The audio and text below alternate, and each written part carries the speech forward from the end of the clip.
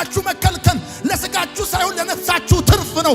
ለነፍሳችሁ ትርፍ ሲል ነፍሳችሁን ዘላለማችሁን እንድታተርፉ ሕይወታችሁን እንድታተርፉ ነቃችሁን እንድታተርፉ የሚሰማኝ ሰው ካለ የቃል ሰው ካለ በደንብ አድርጎ አሜን ይበል።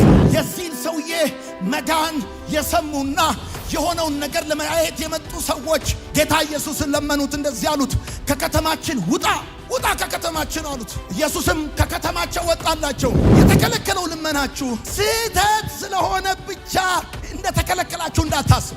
አንዳንድ ጊዜ ራይት የሆነ ልመና ለምናችሁ ትክክል ውብ የሆነ ቆንጆ የሆነ ልመና ያማረ የምድሩን ሳይሆን የሰማዩን ለምናችሁ የዛሬን ሳይሆን የነገን ለምናችሁ ትንሹን ሳይሆን ትልቁን ለምናችሁ ለስጋችሁ ሳይሆን ለመንፈሳችሁ ለምናችሁ ልትከለከሉ ትችላላችሁ። ጌታ ሆይ የኢትዮጵያ ሕዝብ ሃይማኖተኛ ነው። 95% የሚሆነው ሕዝብ ሃይማኖተኛ ነው። ይጸልያል፣ በአዳራሽ ይጸልያል፣ በቤተ ክርስቲያን ይጸልያል፣ በገዳም ይጸልያል፣ በበረሃ ይጸልያል።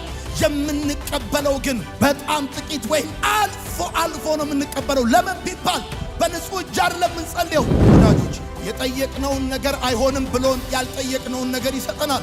የምንፈልገውን ነገር ከልክሎን የማንፈልገውን ነገር ይሰጠናል። አንዳንዶቻችን ድክም ብሎናል። ምክንያቱ ደግሞ እንዳይኖረን የምንፈልገውን ነገር በመሸከምና በመያዝ ደክሞናል። እንዲኖረን የምንፈልገውን ነገር ደግሞ በማጣት ደክሞናል።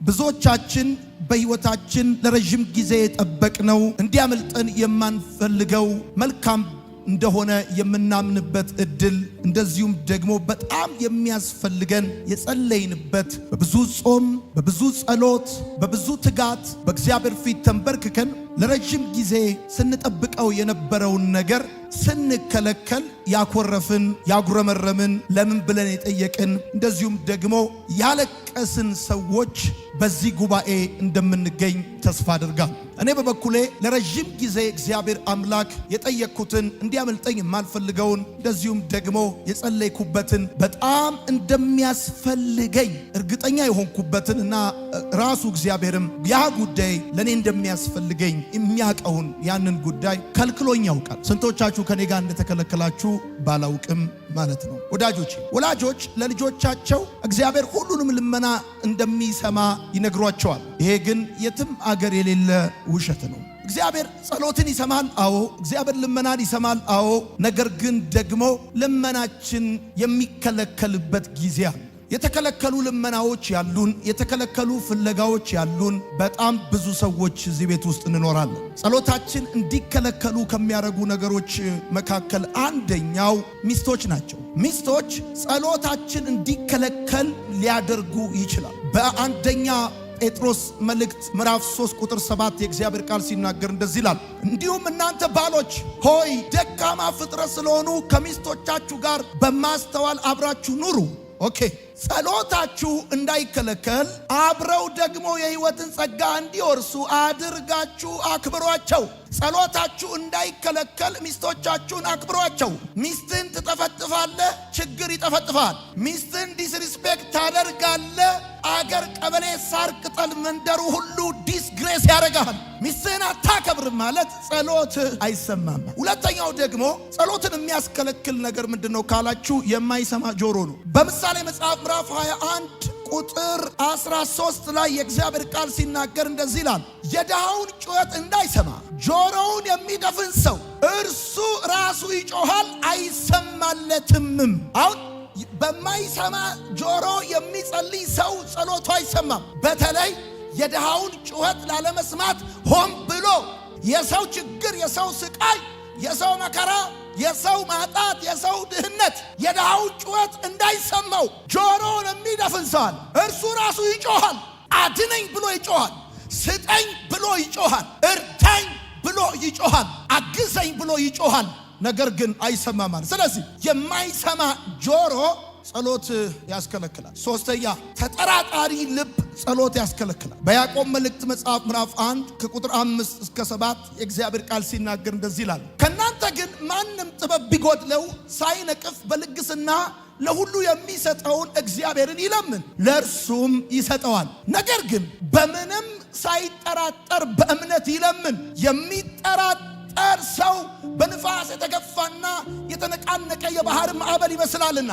ሁለት ሐሳብ ላለው በመንገዱ ሙሉ ለሚወላውል ለዚያ ሰው ከጌታ ዘንድ አንዳች እንዲያገኝ አይምሰለው። ሶስተኛው ጸሎትን የሚያስከለክል ነገር ቢኖር የሚጠራጠር ልብ ነው። እግዚአብሔር የሚታመን አምላክ እንጂ የሚጠረጠር አይደለም። እሱ ይታመናል እንጂ አይጠረጠርም። አራተኛው ጸሎትን የሚያስከለክል ትዕቢተኛ ልብ ጸሎትን ያስከለክላል። በያዕቆብ መልእክት መጽሐፍ ምዕራፍ 4 ቁጥር 6 ላይ የእግዚአብሔር ቃል ሲናገር እንደዚህ ይላል፣ ነገር ግን ጸጋን አብልጦ ይሰጣል። ስለዚህ እግዚአብሔር ትዕቢተኞችን ይቃወማል፣ ለትሑታን ግን ጸጋን ይሰጣል። ከእግዚአብሔር ዘንድ አንዳች ነገር የሚቀበል ሀምብል ልብ ነው፣ ትሑት ልብ ነው። ስለዚህ ትዕቢተኛ ልብ ጸሎትን ያስከለክላል። አምስተኛው የቆሸሸ እጅ ጸሎትን ያስከለክላል። በትንቢተ ኢሳይያስ መጽሐፍ ምዕራፍ 1 ቁጥር 15 ላይ የእግዚአብሔር ቃል ሲናገር እንደዚህ ይላል፣ እጃችሁንም ወደ እኔ ብትዘረጉ ዓይኔን ከናንተ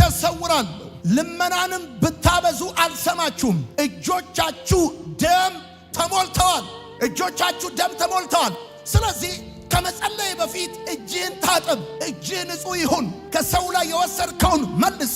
በሰው ላይ የምታረገውን ክፉ ድርጊት አቁም። አለበለዚያ በቆሸሸ እጅ ሰው ጸሎቱ ሊቀበል አይችልም። ጸሎትን ቆሻሻ እጅ ሊያስከለክለው ይችላል። የእግዚአብሔር ቃል እንደሚናገር ወደ እግዚአብሔር ተራራ ማን ይወጣል? እጁ ንጹህ የሆነ። በቅድስናው ስፍራ ማን ይቆማል? ልቡ ንጹህ የሆነ። የኢትዮጵያ ሕዝብ ሃይማኖተኛ ነው። 95% የሚሆነው ሕዝብ ሃይማኖተኛ ነው። ይጸልያል፣ በአዳራሽ ይጸልያል፣ በቤተ ክርስቲያን ይጸልያል፣ በገዳም ይጸልያል፣ በበረሃ ይጸልያል። የምንቀበለው ግን በጣም ጥቂት ወይም አልፎ አልፎ ነው የምንቀበለው። ለምን ቢባል በንጹህ እጅ አይደለም የምንጸልየው። ለምን ቢባል በንጹህ ልብ አይደለም የምንጸልየው። ለምን ቢባል በሰዎች መንገድ ላይ የምናስቀምጠው እንቅፋት፣ የምንዘራው ክፉ ዘር ጸሎታችንን ከልክሎታል። የምታመልከው አዶ ከበሬ አይደለም። አዶ ከበሬ ወይም አጋንንት የጨለመው ዓለም መዋቅር ነው። ገለ የሚሰጥ እግዚአብሔር የለም። ቀብረ የሚሰጥ አጋንንት ነው። እግዚአብሔር ቀብረ አይሰጥህም። ደግሞ የሚገርመውን ነገር ልንገራችሁ። እኔ ብቻ አይደለሁም በመጽሐፍ ቅዱስ ውስጥ የተከለከሉ ሰዎችን ማንሳትና መነጋገር እንችላለን። ለምሳሌ የአዲስ ኪዳንን አብዛኛውን ክፍል የጻፈው ሐዋርያው ቅዱስ ጳውሎስ እሾክን ከሱ ላይ እንዲያነሳለት ለመነው። በሁለተኛ ቆሮንቶስ መጽሐፍ ምዕራፍ 12 ቁጥር 17 ላይ 3 ጊዜ ለመንኩት አለ። 3 ጊዜ ለመንኩት ግን ከለከለኝ። መውጊያ አለ ሥጋዬ ላይ፣ ሰውነቴ ላይ መውጊያ አለ። ይሄን እሾክ ከኔ ላይ እንዲያነሳ ለመንኩት ግን ከለከለኝ። እስከ 3ኛ ሰማይ የሄደ ብዙ ድንቅ ታምራቶች በእጁ የተደረገ በሚገርማችሁ ሁኔታ ለብዙ ሰዎች መዳን ምክንያት የሆነ ሰው ሰውነቱ ላይ ያለው እሾክ እንዲነሳ ለምኖ ተከልክሏል። ወዳጆቼ በጣም የምትወዱት ሰው እንዳይሞትባችሁ ጸልያችሁ የተከለከላችሁ ነው የሞተባችሁ። በጣም እንዲያመልጣችሁ የማትፈልጉት እድል ያመለጣችሁ የተከለከላችሁ ሰዎች መስራት፣ መማር፣ ማግባት እንደዚሁም ልክ እንደ ሐዋርያው ጳውሎስ የሥጋ መውጊያ በሰውነታችሁ ላይ ኖረው እየጸለያችሁ ፈውስ የተከለከላችሁ ሰዎች እየለመናችሁ እሱ ብቻ አለ። በማርቆስ ወንጌል መጽሐፍ ምዕራፍ 14 ላይ ጌታ ኢየሱስ ክርስቶስን በተመለከተ ሐዋርያ ማርቆስ ሲጽፍ እንደዚህ ይላል። ወንጌላዊ ማርቆስ ኢየሱስ ከመሞቱ በፊት ከደቀ መዛሙርቱ ጋር ከተነጋገረ በኋላ ተንበርክኮ ታላቅ ልመና ለመነ። ብትወድ እቺ ጽዋ ከኔ ትለፍ ትለፍ። ነገር ግን ተከለከለ። ጳውሎስ ጸልዮ ተከልክሏል። ኢየሱስ ጸልዮ ተከልክሏል። አንተ ጸልየ ማትከለከልበት ምንም ምክንያት የለም። ዋናው ጉዳይ ለምን እንደተከለከልክ ማወቅና መረዳት፣ ከጌታ ጋር ያለህን ነገር ማስተካከል በጣም መሰረታዊ ጉዳይ ነው። ወዳጆቼ የጠየቅነውን ነገር አይሆንም ብሎን ያልጠየቅነውን ነገር ይሰጠናል። የምንፈልገውን ነገር ከልክሎን የማንፈልገውን ነገር ይሰጠናል። አንዳንዶቻችን ድክም ብሎናል። ምክንያቱ ደግሞ እንዳይኖረን የምንፈልገውን ነገር በመሸከምና በመያዝ ደክሞናል። እንዲኖረን የምንፈልገውን ነገር ደግሞ በማጣት ደክሞናል። እንዲኖረን የምንፈልገውን ነገር በመፈለግ ደክሞናል። ለምንድን ነው ያልጠየቃችሁትን ነገር ለዛውም ከባድ ሊባል የሚችል ነገር ሳትጠይቁት ሰጥቷችሁ ስትጠይቁትና ሚያን ጉዳይ በጣም ስትፈልጉት የሚከለክላችሁ? ወደ ጌርጌሴኖን ጌታ ኢየሱስ ከደቀ መዛሙርቱ ጋር መጣ። ከዛ ሲናገር እንደዚህ ይላል፣ እንዳገኘው በነገራችን ላይ ያገኘው ሰውየው ነው ኢየሱስን ያገኘው እና መጽሐፉ ስለዚህ ሰው ሲናገር ለብዙ ዘመን በመቃብር እንጂ በቤት አይኖርም ነበረ። ለብዙ ዘመን ልብስ አይለብስም ነበረ። ሰውነቱን ይጎዳ ነበረ። በቀንና በሌሊት ይጮህ ነበረ። ከእግሩ ላይ የእግር ብረት ከእጁ ላይ ሰንሰለት እየበጠሰ ከተማውን ያውክ ነበር። በድንጋይ መንገድ ይዘጋ ነበረ እና ጌታ ኢየሱስና ይሄ ሰው ተገናኙ። የዚህ ሰውዬ ችግር ምንድነው ሲባል በላዩ ላይ የነበረ ይገዛው የነበረ ይቆጣጠረው የነበረ አጋንንት ነበር። ቁጥሩም ደግሞ 6000 እንደሆነ ሌጊዮን እንደሚባል መጽሐፉን ስታነቡ ትመለከታላችሁ። እንደውም ሉቃስ ሲዘግብ እንደዚህ ይላል፣ ደጋግሞ ለረጅም ዘመን ይለዋል ከ10 ዓመት በላይ በአጋንንት ስራት ውስጥ ታስሮ የነበረ ሰው ነው። ከ10 ዓመት በላይ ልብስ ለብሶ የማያውቅ ሰው ነው። ከ10 ዓመት በላይ በተራራ ይኖር የነበረ ሰው ነው። ሰው እንኳን አይደለም ልብስ ሳይለብስ ልብስ ለብሶ እንኳን በተራራ ላይ ጂኦግራፊ ሲናገር when altitude increase temperature decrease ይላል። this is that እና ብርድ ነው። ሰውነቱ በድንጋይ ይዋጭራል። አሳዛኝ ህይወት ነው የሚኖረው። ራሱን ይጎዳል። በመቃብር ነው የሚኖረው። ከሕያዋን መንደር ከወጣ ቆይቷል። ከቤተሰቡ ተለይቷል። ከራሱ ተለይቷል። ከመንፈሳዊ ህይወቱ ተለይቷል። ጌታ ኢየሱስ መጣ፣ ፈወሰው። ልክ እንደፈወሰው ከሰውየው ውስጥ የነበረው አጋንንት ወጥቶ እሪያዎቹ ውስጥ ገባ። ከእሪያዎቹ ደግሞ ባህር ውስጥ ገቡ። ከዛ ጠፉ። ይሄ የሆነውን ነገር እረኞቹ አዩ። እነዚህ እረኞች የሆነውን ነገር ለመናገር ወደ ከተማ ሮጡ ይላል። በከተማ ለሚኖሩ ሰዎች የሆነውን ነገር ነገሯቸው። በከተማ ያሉ ሰዎች ደግሞ የሆነውን ነገር ለማየት ሲሮጡ መጡ። ሲሮጡ ሲመጡ ያ ለብዙ ዘመን ልብስ የማይለብስ ድንጋይ የያዘ የሚያባርራቸው ከእግሩ ላይ የእግር ብረት ከእጁ ላይ ሰንሰለት እየበጠሰ ቀንና ሌሊት እንቅልፍ የማይተኛ የሕያዋን ሳይሆን የሙታን ባልንጀራ የሆነ ሰውዬ በመቃብር እንጂ በቤት የማይኖረው ሰውዬ ልብስ ለብሶ ኢየሱስ እግር ስር ቁጭ ብሎ አዩት። ልክ ሲመለከቱት የከተማው ሰዎች ያቀረቡት ልመናል። በዚህ ክፍል ውስጥ 3 ልመናዎችን ትመለከታላችሁ። የመጀመሪያው ልመና አጋንንቶቹ ያቀረቡት ልመና። አጋንንቶቹ ያቀረቡት ልመና ጌታ ሆይ እባክህ ወደ ጥልቁ እንዳንሄድ እባክህ ወደ ጥልቁ አትላከን አሉት። ከዛም ከአጋንንቶቹ ቀጥሎ የዚህን ሰውዬ መዳን የሰሙና የሆነውን ነገር ለማየት የመጡ ሰዎች ጌታ ኢየሱስን ለመኑት። እንደዚህ አሉት፣ ከከተማችን ውጣ ውጣ ከከተማችን አሉት። ኢየሱስም ከከተማቸው ወጣላቸው። ሶስተኛው ልመና ደግሞ የዚህ የተፈወሰው ሰው ልመና ነው። የለመነውም ልመና ካንተ ጋር ልኑር ብሎ ለመነው። ጌታ ኢየሱስ የአጋንንቶቹ ልመና ሰማ። በከተማው የሚኖሩትን ሰዎች ልመና ሰማ። የተፈወሰውን ሰው ልመና ግን አልሰማ። የተከለከለው ልመናችሁ ስህተት ስለሆነ ብቻ እንደተከለከላችሁ እንዳታስቡ። አንዳንድ ጊዜ ራይት የሆነ ልመና ለምናችሁ፣ ትክክል ውብ የሆነ ቆንጆ የሆነ ልመና ያማረ የምድሩን ሳይሆን የሰማዩን ለምናችሁ፣ የዛሬን ሳይሆን የነገን ለምናችሁ፣ ትንሹን ሳይሆን ትልቁን ለምናችሁ፣ ለስጋችሁ ሳይሆን ለመንፈሳችሁ ለምናችሁ ልትከለከሉ ትችላላችሁ። ጌታ ሆይ ካንተ ጋር ልኑር አለው። ኖ ሂድ፣ ወደ ከተማ ሂድ፣ ወደ ቤተሰቦች ሂድ አለው። ጌታ ከለከለው። የተከለከለው ልመና ጌታ ለምንድን ነው ይህን ሰው የከለከለው? ካንተ ጋር ልኑር ብሎ ቢለው ለምን ከለከለው ስትሉ፣ እንዳወለቀ ያዩ አሉ። እንደለበሰ ማየት ያለባቸው፣ እንዳበደ እንዳበቃለት ከንቱ ጩኸት ሲጮህ የሰሙት ሰዎች አሉ። አሁን የወንጌል ጩኸት መልእክቱ ተቀይሮ ቋንቋው ተቀይሮ ትላንት ራቁቱን ነው የሚያውቁት፣ ዛሬ ግን ለብሰው ማየት አለባቸው። ሰፈሩ አውርቷል እንዳበደ፣ ሰፈሩ አውርቷል እንዳለቀለት። እግዚአብሔር ደግሞ የዚህን ሰው ታሪክ እንደቀየረና እግዚአብሔር አምላክ እንደው መጽሐፉ የሚለው እንደዚህ ነው፣ አንተ በዛ አካባቢ ሕያው ምስክር ትሆናለህ። እግዚአብሔር እንደማይጥል፣ እግዚአብሔር እንደሚያነሳ፣ ታሪክን እንደሚቀይር ሕያው ምስክር ትሆናለህ። የተከለከለው ልመናችሁ ታላቅነቱን እንድትመሰክሩ፣ ቸርነቱን እንድትናገሩ በደንብ አድርጉና አሜን በሉ። ሂድ፣ እግዚአብሔር ያደረገልህን ታላቅ ነገር ንገራቸው። ይሄ ሰውዬ ወደ ከተማ ሲመለስ ከፍ አድርጎ ድምፁን እግዚአብሔር ያደረገለትን ታላቅ ነገር እየተናገረ ሄደ። ምን እያለ? እግዚአብሔር አይጥልም፣ እግዚአብሔር አይረሳም፣ እግዚአብሔር ሰው የጣለውን ያነሳል። ወዳጆቼ ጸሎታችሁ ተመልሷል ማለት የአብ ደስታ ተፈጽሟል ማለት አይደለም። በተከለከለው ልመናችሁ የሚፈጸም የሰማይ ደስታ ካለ እሱ ክልከላ ሳይሆን እድል ነው።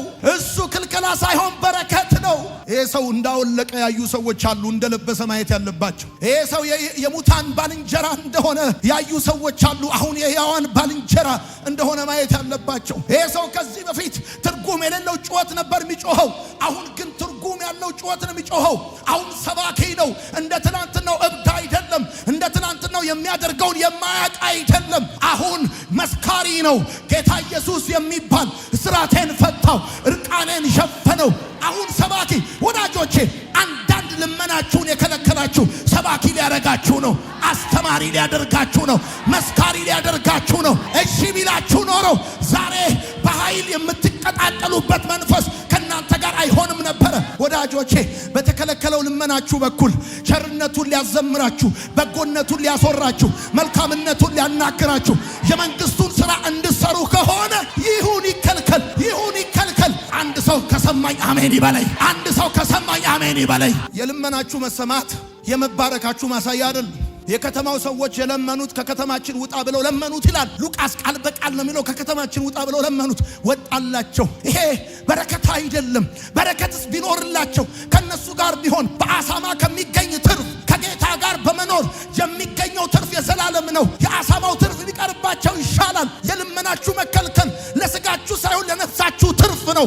ለነፍሳችሁ ትርፍ ሲል ነፍሳችሁን ዘላለማችሁ እንድታተርፉ፣ ህይወታችሁ እንድታተርፉ፣ ነጋችሁ እንድታተርፉ የሚሰማኝ ሰው ካለ፣ የቃል ሰው ካለ በደንብ አድርጎ አሜን ይበለኝ። ይሄንን ሰው ጌታ እንደዚህ አለው፣ አንተ ሕያው ምስክር ትሆናለህ። ሕያው ምስክር እዛ ከተማ ላይ ዲስፕሌይ ትሆናለህ። አንተን ያየ እግዚአብሔር ይረዳል ይላል። አንተን ያየ እግዚአብሔር ያነሳል ይላል። አንተን ያየ እግዚአብሔር ታሪክ ይቀይራል ይላል። ማን የረዳ ብለው ቢሉት ኢየሱስ ይላል። ማን ሰው አደረገ ብለው ቢሉት ኢየሱስ ይላል። ሊያሰብከው ነው የከለከለው። ሊያሰብከው ነው የከለከለው። ዲስፕሌይ ሊያደርገው የቸርነቱ፣ የምህረቱ፣ የደግነቱ፣ የአምላክነቱ ማሳያ ሊያደርገው ነው። ውጭ ሀገር ሊሄድ ስትሉት እምቢ ያላችሁ እዚህ ሀገር ማኖር እንደሚችል በእናንተ ሊያሳይ ነው። እግዚአብሔር ማኖር እንደሚችል፣ እግዚአብሔር ሰው ማድረግ እንደሚችል፣ እግዚአብሔር እንደማይጥል፣ እግዚአብሔር እንደማይረሳ፣ እግዚአብሔር እንደማይተው የሰማኝ ሰው ካለ አሜን ይበለኝ። የሰማኝ ሰው ካለ አሁን ተከልክያለሁ ብዬ አላኮርፍም፣ አላጉረመርምም፣ አላለቅስም፣ እዚህም እዛም አልረግጥም። የተከለከልኩበት ዓላማ ከገባኝ ይበቃኛል። ካንተ ጋር ልኑር ስለው እምቢ አለኝ። አሁን ይሄ ሰውዬ ለረጅም ዘመን ልብስ አውልቆ የሚያውቁት፣ ሰውነቱን በድንጋይ ሲቧጭር የሚያውቁት፣ በከተማ ሳይሆን በመቃብር ሲኖር የሚያውቁት ሰዎች እንዴ ይሄ ሰውዬ ሰውነቱን ታጥቦ ማያቅ፣ ጥፍሩን ቆርጦ ማያቅ፣ የሚያደርገውን ማያቅ ሰው አግኝተውት ባለፈው አስጠምቀን ነበር አልተፈወስክም፣ ባለፈው ብዙ ነገር ሐኪም ቤት ወስደን ባተው ምን ሆነ ነው ሲሉት እኔም አላቅም፣ አልለመንኩትም። ያው እንደምታውቁት ኢየሱስ የሚባል ሲመጣም አልሰማሁም። ምክንያቱም ከሰው ካላንደር ውጪ ነኝ። እኔ ሲመሽ ሲነጋ አላቅም። ቀኑም ሌሊቱም አንድ ነው ለኔ። ምን ማቀው ነገር የለም። እናንተ በምድረ በዳ ያላችሁ ሰዎች ውሃ በሌለበት ምድረ በዳ እንጨት በሌለበት ኩሽና በሌለበት ማኖር እንደሚችል ከናንተ በላይ ማን ምስክር መሆን ይችላል? ማን ምስክር መሆን ይችላል? ማኖር እንደሚችል እግዚአብሔር በዚህ የኑሮ ውድነት፣ በዚህ ግርግር ውስጥ፣ በዚህ ጨለማ ውስጥ ማኖር እንደሚችል ከናንተ በላይ ማን ምስክር አለ? ማን ምስክር አለ? እናንተ የእግዚአብሔር የቸርነቱ ዲስፕሌዎች፣ የቸርነቱ ማሳያዎች፣ የቸርነቱ ዘማሪዎች ከለከላችሁ አይደል? ፈውሳችሁን ከለከላችሁ አይደል? እሾኩን አንሳልኝ ስትሉት እምቢ አላችሁ አይደል? ዓላማ አለው። ዓላማ ቢኖረው ነው። አቅቶት አይደለም። በመገለጥ ብዛት እንዳልታበይ ያለ ጳውሎስ ሊሰራባችሁ ነው የከለከላችሁ። ኢየሱስንም ተንበርክኮ ለመነ፣ ብትወድ ይህች ጽዋ ከኔ ትለፍ፣ የሚመጣው ነገር ከባድ ነው አለ። ነው የሚያበረታው መልአክ ተላከለት። ከዛስ ከለከለው። በመከልከሉ ምክንያት ይኸው ዓለም ሁሉ ብርሃን በራለት። ከድቅድቅ ጨለማ ወደሚደነቅ ብርሃን መጣ። ሰማይና ምድር ታረቁ። የሰማኝ ሰው ካለ አሜን በል። የምትወዱት ሰው እንዳይሞት ለምናችሁት ልመናችሁን ከልክሎ ከወሰደው ሕዝቅያስ ልመናውን ፈቅዶለት በተጨመረለት ዕድሜ ከሰማይ ጋር እንደተፋታ ያ የምትወዱት ሰው እንዳይሞትባችሁ ለምናችሁ ዕድሜ ከምታስጨምሩለትና ከእግዚአብሔር ጋር ከምታፋቱት በተጠናቀቀው የዕድሜ ገደብ ውስጥ ቢሰበሰብ ይሻላችኋል። እናት የሞተባችሁ፣ አባት የሞተባችሁ፣ ባል ሚስት የሞተባችሁ፣ ልጅ የሞተባችሁ፣ አምርራችሁ ስትለምኑ የነበራችሁ፣ አምርራችሁ ስትጠይቁ የነበራችሁ ሰዎች በክልከላችሁ ውስጥ የተፈጸመ የሰማይ ደስታ ካለ የልቡ ሐሳብ ከተከናወነ ይሁን ይሂድ፣ ይሁን ይከልከል። ከልክሏችሁ ሲያበቃ ዝም ብሎ ሊያስቀምጣችሁ አይደል። ቸርነቱን እንድትዘምሩና እንድትናገሩ፣ መልካምነቱን እንድታወሩ እግዚአብሔር ያደረገልን ታላቅ ነገር ሂድና ተናገራሉ። ሰውየው የሰማ ላልሰማ ያሰማ። ትላንት የምታቁኝ ራቁቴን ነው። ትላንት የምታቁኝ እኔ የሙታን ባልንጀራ ሆኜ ነው። ትላንት የምታቁኝ እኔ ትርጉም የሌለው ጩኸት ስጮህ ነው። ዛሬ ግን መልእክት ቀይሬያለሁ። ኢየሱስ ክርስቶስ ጌታ ነው። ኢየሱስ ክርስቶስ ጌታ። ሐና አትታበዩ በኩራትም አትናገሩ እግዚአብሔር አዋቂ ነው እንዳለች ከቅን ልብ ጋር ከትሁት መንፈስ ጋር ከሚንበረከክ ጉልበት ጋር ጸሎታችሁን የተከለከላችሁ ሰዎች፣ ከብዙ እንባ ጋር ተደፍታችሁ ልጅ የተከለከላችሁ ሰዎች፣ ልጅ በራሱ መልስ እንደማይሆን የሚገባችሁ አንዳንድ ሰዎች ወልደው የወለዱት ልጅ ጥያቄ ሲሆንባቸው፣ ሰው እግዚአብሔር መልስ ካልሆነው ልጅ መልስ አይሆነውም። ሰው እግዚአብሔር መልስ ካልሆነው ዝና መልስ አይሆነውም። ሰው እግዚአብሔር መልስ ካልሆነው ሀብት መልስ አይሆነውም። ገንዘብ መልስ አይሆነውም። የተከለከለው ልመናችሁ ለሰማይ ደስታ ሕያው ምስክር እንድትሆኑ ከሆነ ይሁን። ወዳጆች፣ የልመናችሁ መሰማት የሰማይ ደስታ ካልተፈጸመበት በረከት አይደለም። የልመናችሁ መከልከል የሰማይ ደስታ ከተፈጸመበት ጉድለት አይደለም፣ በረከት አይደለም። የልመናችሁ መሰማት የሰማይ ደስታ ካልተፈጸመበት በረከት አይደለም። የልመናችሁ መከልከልም የሰማይ ደስታ ከተፈጸመበት ጉድለት አይደለም። ታስታውሷታላችሁ የአዲስ ኪዳኗን ሐና በልጅነቷ ባሏ የሞተባት እድሜዋን በሙሉ በቤተ መቅደስ በጸሎት ታገለግል የነበረች አት ዘ ኤንድ ኦፍ ዘ ዴይ የእስራኤልን ማዳን የክርስቶስን መወለድ በዓይኗ ያየች አዋት ሲሆን ነገራችሁን በሞት የተነጠቃችሁ ሰዎች ያ ጉዳይ ከናንተ ይልቅ ለኔ ያስፈልገኛል ካለ እግዚአብሔር ይሁን ይከልከል፣ ይሁን ይከልከል፣ ይሂድ ይከልከል። በምትኩ ቸርነቱን እንድዘምር ደግነቱን እንድናገር እንደው የሆነ ሰው እዚህ ጋር ጠርቼ እንደዚህ ቁጭ ብሎ ለምንድን ነው የከለከለ አላቅም፣ ሕያው ምስክር ትሆናለህ አለኝ። ካንተ ጋር ልኖር አልኩት። ይሻላል ከሱ ጋር ብትኖር። ያረል ያሳበደ ህዝብ ወዳጆቼ፣ ለምታቁት ሰው ወንጌል መስበክ ከባድ ነው። እማታቁት ሰፈር ሄዳችሁ እንደፈለጋችሁ አውርታችሁ መሄድ ትችላላችሁ። ጨርቃችሁን በጣላችሁበት ሰፈር፣ በተዋረዳችሁበት መንደር ወንጌል መስበክ ከባድ። ይሄ ሰውዬ ሰፈሩ ላይ ነው ወንጌላዊ ያደረገው ጌታ። እግሩ የታሰረበት እጁ የታሰረበት ሰፈር ላይ ሰባኪ ያደረገው። የልመናችሁ መከልከል በዋነኛ ልንገራችሁ፣ አንደኛ ስታወልቁ ያዩአችሁ ስትለብሱ ማየት አለባችሁ። እግዚአብሔር ሲያስባችሁ ሰፈር ቀይሮ ሳይሆን እዛው ሰፈር ላይ ታሪካችሁን ይቀይረዋል። ያጣችሁበት ሰፈር ላይ ጽዋችሁ ሞልቶ ይተርፋል። የተቸገራችሁበት ሰፈር ላይ ሰጪዎች ትሆናላችሁ። በገዛችሁት መኪና በሰራችሁት ቤት የሰማይ ደስታ ካልተፈጸመ እሱ ቤት አይደለም፣ እስር ቤት ነው። እስር ቤት ነው በሆነላችሁ ነገር። እንዲሁም በዘገየባችሁ ነገር የሰማይ ደስታ ከተፈጸመ አልተቀደማችሁም። እግዚአብሔር ከእናንተ ጋር። አትታበዩ በኩራትም አትናገሩ እንዳለች ሐና ለሌላው መንታ መንታ ሲሰጥ እናንተ ቁጭ ካረጋችሁ በቃ ከወለዳችሁ አንድ ለእናቱ የሆነ ሺህ ለጠላቱ የሆነ አንዴ ዱብ ታረጋ። ምን ዋጋ አለው ቁጥር ማብዛት? አቤት አንዱን ራሱ በቃ የአፉ ቃል መሬት ላይ ጠብ ማይል ምን እንደሆነ አላቅም። አንዳንድ ሰዎች አሉ እነሱን አይታችሁ ችግራችሁ የሚያንስባችሁ አገር በሚያቀው ፀሐይ በሞቀው ችግር ውስጥ ሆነው ሲሰብኩ ሲዘምሩ ፊታቸው ብራይት ሆኖ ሲጸልዩ አንዳች እንደጎደለባቸው እንኳን ሳያስታውቁ በእግዚአብሔር ቤት ሲኖሩ በኢሚት ነገር ፊት ረዝሞ ቸርች ልትመጣ ስትል ሕያው ምስካሪዎች የሆኑ ወዳጆች፣ ለስንቱ በየመንገዱ መልስ እየሰጠ ለሚወደው አልዓዛር የቆየ ጌታ አትመጣም ወይ? የምትወደው አልዓዛር ታሟል ቶሎና የቆየ ጌታ በያሰበት የቆየ ጌታ አረሞተ ለቀብርም ያልመጣ ጌታ ለምን ይመስላችኋል? ከተቀበረ 3 ቀን አለፈው፣ 4ኛው ቀን ላይ መጣ። በዛን ዘመን የነበረ ትምህርት ነበር፣ የፋርሶች ትምህርት። ሰው ከሞተ በኋላ እስከ 3 ቀን ድረስ ነፍሱ እዛው አካባቢ ዛፍ ላይ ትሆናለች የሚል የቆየበት እነ ማርያምና እነ ማርታ የላኩትን የጥሪ ቶሎ ድረስ የሚለውን ጩኸት ያልሰማ የመሰለበት ዋነኛው ምክንያት በአልዓዛር ትምህርት ሊያፈርስበት ፈልጓል። የፋርሶችን ትምህርት ሊያፈርስበት ነፍስ በጌታ እጅ በእግዚአብሔር እጅ እንጂ ነፍስ በማንም እጅ እንዳልሆነች ሊያሳያቸው፣ ሙታን ድምፁን እንደሚሰሙት ሊያሳያቸው። አልዓዛር ታመሃል፣ ቶሎ አልመጣም። ይብስብሃል፣ ቶሎ አልመጣም። ከዛም ሞት ትሞታል፣ ቶሎ አልመጣም። ይገንዙሃል፣ አልመጣም። ይቀብሩሃል፣ አልመጣም። ከዛ ግን አፍንጫቸውን ሲይዙብህ እመጣለሁ። የዛን ጊዜ ባዮሎጂ የለ፣ ጂኦሎጂ የለ፣ አንትሮፖሎጂ፣ ሶሺዮሎጂ የለ፣ የዓለምን ትምህርት አፈርስብሃለሁ። የሰማኝ ሰው ካለ አሜን ይበል። የቆየባችሁ ነገር እግዚአብሔር የሆነ ነገር ሊሰራባችሁ ነው። አሜን ይባል። አንዳች ነገር በእናንተ ሊያደርግ ነው። አሜን ይባላል።